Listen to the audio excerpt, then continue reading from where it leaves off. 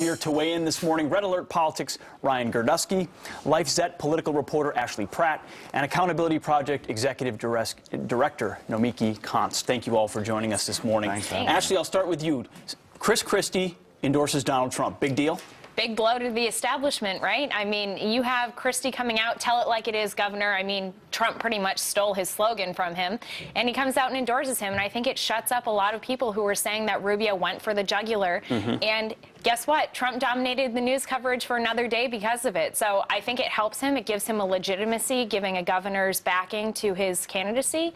So we'll see what happens going forward. But you have two tell it like it is people, two, again, a big blow to the establishment. Absolutely. Ryan, Rubio came screaming out of the debate. People thought he had that momentum. Does this endorsement totally arrest that and put this race totally in Donald Trump's corner? No, what's more important is the fact that Rubio was hoping for the establishment to coalesce as an establishment ticket. What happened was, the day before Christie's endorsement was Chris Collins, Congressman Chris Collins from upstate New York, Jeb supporter, endorsed Trump. So the idea that the establishment was going to come together and rally around Rubio is not happening, and Christie was just another setback for the big Rubio plan.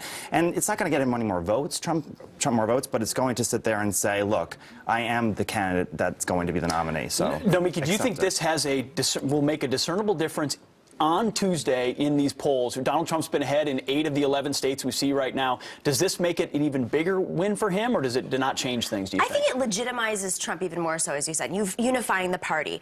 It's a blow to Marco Rubio. Marco Rubio on stage the other night was trying to out-Trump Trump. And on the campaign trail, he's trying to out-Trump Trump, because that's what his campaign advisors are saying to do at this point.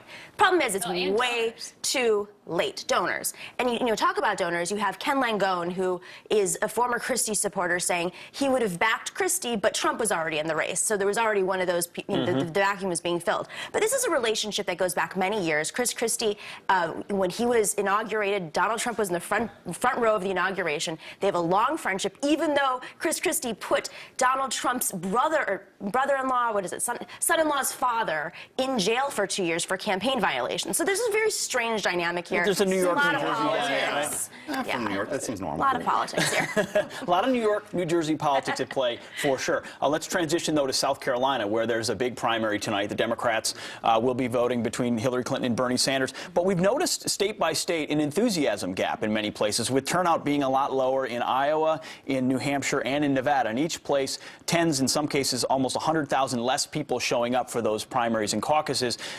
Tell me, Ashley, do the Democrats have an enthusiasm problem here? They do, and I think the Republicans have shown that they can really turn out the vote. Whether or not that's attributed to Donald Trump being able to get politically apathetic voters to the polls, I don't know. But there is definitely an enthusiasm gap on the Democratic ticket. That could be because they have a front-runner who's facing federal investigation and all of this stuff that's been going on surrounding her candidacy. But Bernie Sanders has been able to really excite that young millennial generation. So will that play into it, into the general, if he is the nominee? I don't know. But if it's her, she's going to have a real hard time. If so much excitement for Sanders, why such a low turnout? Yeah, I'll put out some numbers right now. Democrat turnout from 2008 to 2016, down 29% in Iowa, 13% in New Hampshire, and 33% in Nevada. Huge. At the rate it's going, there will be 250,000 less Democrats that voted in 2008 than in 16, and 440,000 more Republicans than 2008. This is a huge gap, and if Hillary was a Tinder account, everyone would be swiping left. They have no interest in coming out and voting. Well, so Nomiki, interesting. I mean, in a general election, is this going to be a serious problem? It's a major problem if Hillary Clinton is the nominee. If it's Bernie Sanders, I don't think it's going to be as much of a problem. But Bernie Sanders has been in the race, and turnout has still been low.